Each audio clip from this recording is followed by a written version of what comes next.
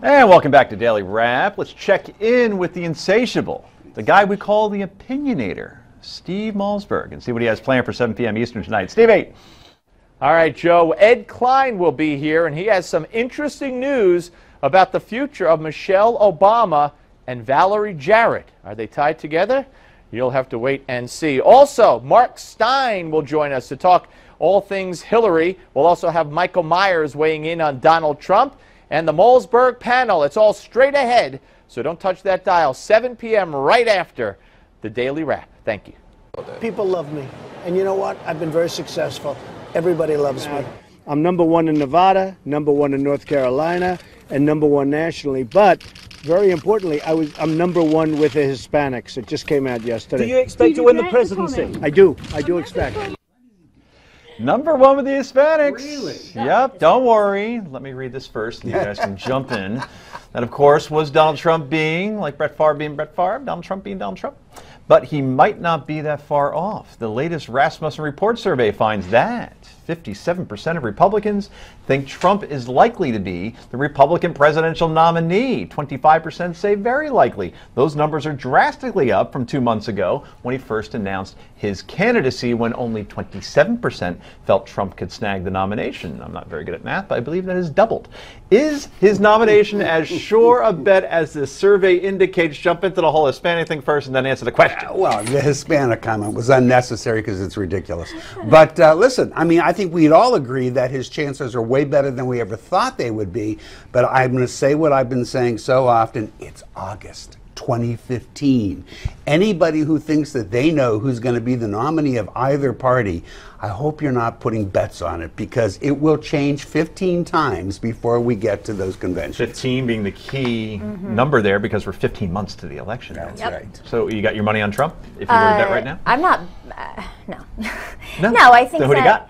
So his numbers, you know, polls are tricky. You know, his numbers actually went down after the debate slightly. Slightly went down. He was the, among Republican voters, they thought he was the worst debater. They thought that he did, women were highly dissatisfied with him, but he was surging with evangelicals, which is very interesting. So, you know, when you start to look at these numbers a little bit in more detail and state by state, he's actually not doing as great as we think he is. I think that this is going to crash. Really? I don't know. Every pundit has said that, and every pundit's been I don't wrong. know that it'll crash. The question to me at this point is where, and I am not saying it's happened yet, but where does it peak? Right. Where does he hit that plateau? And if he were to hit it, for instance, where he is now at 25%, then that probably is not good enough, because as people start dropping out, those numbers begin to shift. But then again, as people drop out, then he may get some. He may get some of that. That's what I'm saying. Right. It's a question of where does he peak. 25% among 17 candidates, that gets you a victory. You said state by state before, Jonathan, and I want you to get your thoughts on this. He's beating Ted Cruz in Texas. He's beating Jeb Bush and Marco Rubio in Florida. He's beating guys on their home turf. It's remarkable. I said it before, I'll say it again. We kept saying that this is going to end at some point, and it seems like he's only getting bigger. That's what I see anyway. It's only going to keep getting bigger. Mira, Trump es bueno porque hoy, porque Trump hablar para más personas. Very impressive, but our audience has no. You might want to translate, I think. Trump is doing good because he speaks to all the people. That's what everybody's saying, right? I think what we're seeing here is that we still have effects because these other politicians have not come out and said what people want to hear. That is the thing that is most puzzling to me, is when are they going to come out and start saying what people want to hear? I actually think they are. They're just being drowned out by Trump. I don't know if they are. I think he might be right about that. I've been tracking the other Republicans, and some of them are getting closer to it. But they're all saying it the same way at the same time. They're not saying it their own original way. I think you got a point there. They haven't figured out how. They have to alter the way they've always taught. Trump has, if he's done nothing else, he has absolutely forced that.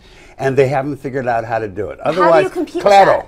Well, and you also have to remember the people that are being polled right now are the people that care to talk about it. There's a whole nother reserve of people out there that are way, and I'm not so sure if Trump is going to ruin it for himself, or when those people step forward, they're actually going to do something that's surprising. They're either going to back him or they won't. August 2015. But here's what could happen, though. You could be like Scott Walker and say, yeah, I want a wall too. right, around Right. Mexico, and people Right. say, oh, he's just imitating Trump. Exactly. And then if you It's too little, attack too him, late. anybody who's Exactly. attacked him, Rand Paul, Right. Rick Perry, then their numbers go down because no one knows what to do with them, right? The amazing thing about Trump is that he's a billionaire, and yet he comes across as the everyday guy. He's the Archie Bunker billionaire. Like, he's just like me. When's the though last time he went to church?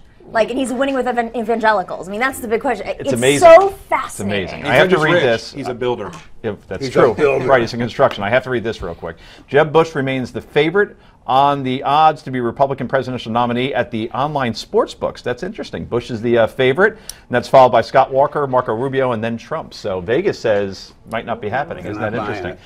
it. Anyway, who is your choice to be the 2016 nominee? Is it Donald Trump? Let us know at newsmax.com/comments. Let us know. Back with more in a moment.